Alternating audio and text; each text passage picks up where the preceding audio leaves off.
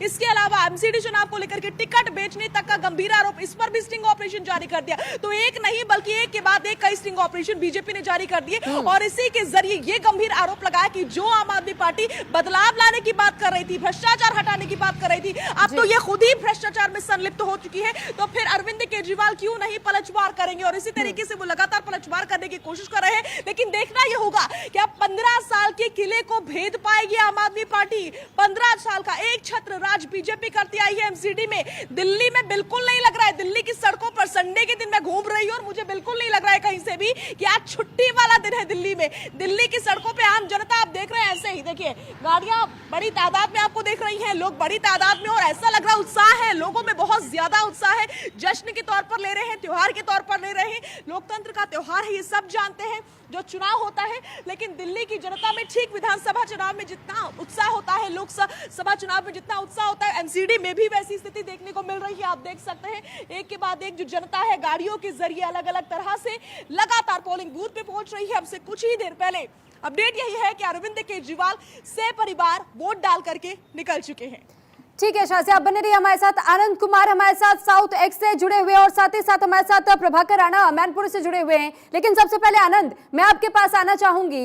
आनंद जरा ये बताइए कि जो तस्वीरें आप सुबह से दिखा रहे हैं, आपने आम जनता से बात करने की भी कोशिश की कि किन मुद्दों को ध्यान में रखते हुए वोट आज कर रहे हैं। शाजिया ने भी इस बात का जिक्र किया कि जो एक छत्र राज बीजेपी 15 साल से कर रही थी, क्या उस किले को भेद पाएगी आम आदमी पार्टी? क्योंकि जमीनी स्तर पर कांग्रेस तो नहीं नजर आ रही है, तो त्रिकोणीय मुकाबला तो नजर नहीं आ रहा।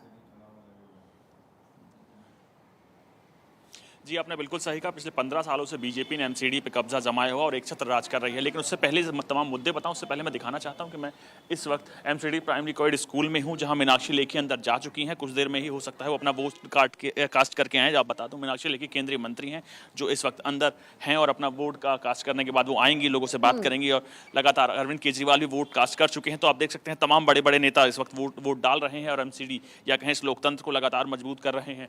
तो इस वक्त सबसे बड़ी अपडेट ये है कि मीनाक्षी लेखी अंदर है, अरविंद केजरीवाल डाल चुके हैं। और तमाम नेताओं से हमने जब बात की तो उन्होंने साफ, बीजेपी नेताओं से सुब्रमण्यम स्वामी ने भी तमाम आरोप आम आदमी पार्टी से लेकर कांग्रेस पे भी लगाए।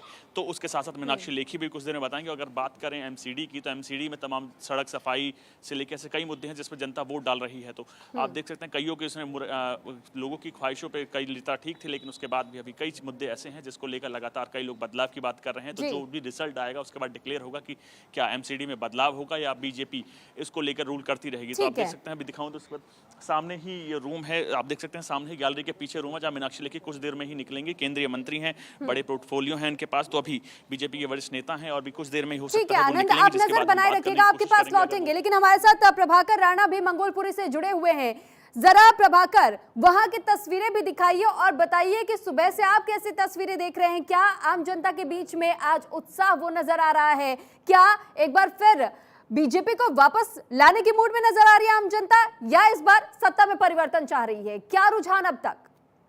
जी बिल्कुल सुरभि, आपको बता दूं कि देखिए जो आज तकरीबन जो है 3 घंटे से ज्यादा, करीब 3 घंटे का समय जो है वोटिंग को होने को आया है। और आप देख सकते हैं जो लोग हैं वो अपना जो है वोटिंग करके लगातार जो अपने जो मताधिकार का प्रयोग करके आ रहे हैं। यहाँ पर जो है प्रशासन की तरफ से भी जो तमाम सुविधाएं हैं वो लोगों को दी गई है। यहाँ पर पेएलओ डेस्क बनाया गया और उसकी जो सामने की तरफ में आपको दिखाऊं कि जो है लगातार जो लोग हैं, चाहे वो महिलाएं हो, चाहे वो पुरुष हो, चाहे उसके अलावा जो युवा हो, हर वर्ग के जो लोग हैं वो लगातार जो है वोटिंग कर रहे हैं। और साथ ही साथ ये जो पोलिंग स्टेशन है, इस पोलिंग स्टेशन के गेट की अगर हम बात करें तो यहाँ से जब से जो है यहाँ पर हम मौके पर खड़े हुए, मौके पर मौजूद है, तब से जो है लगातार लोगों की जो भीड़ है वो अपना मताधिकार जो है अपना वोट डालने के लिए आ रही है और लोगों के अंदर उत्साह दिख रहा है। लेकिन सबसे बड़ी बात है कि अगर हम मुद्दों की बात करें तो जो लोगों के मन में जो मुद्दे हैं, चाहे वो स्थानीय मुद्दे हो, चाहे वो सड़क हो, नालियां हो, पार्क हो, उसके अलावा जो है और जो तमाम जो बड़े मुद्दे हैं, चाहे वो दिल्ली के अंदर पॉल्यूशन हो, भ्रष्टाचार हो और इस तरह के जो मुद्दे हैं, उनको लेकर के जो है कहीं ना कहीं लोगों के मन में जो है इस तरह की बात को लेकर के लोग इस वक्त जो है वोट करने के लिए आ रहे हैं। लोगों का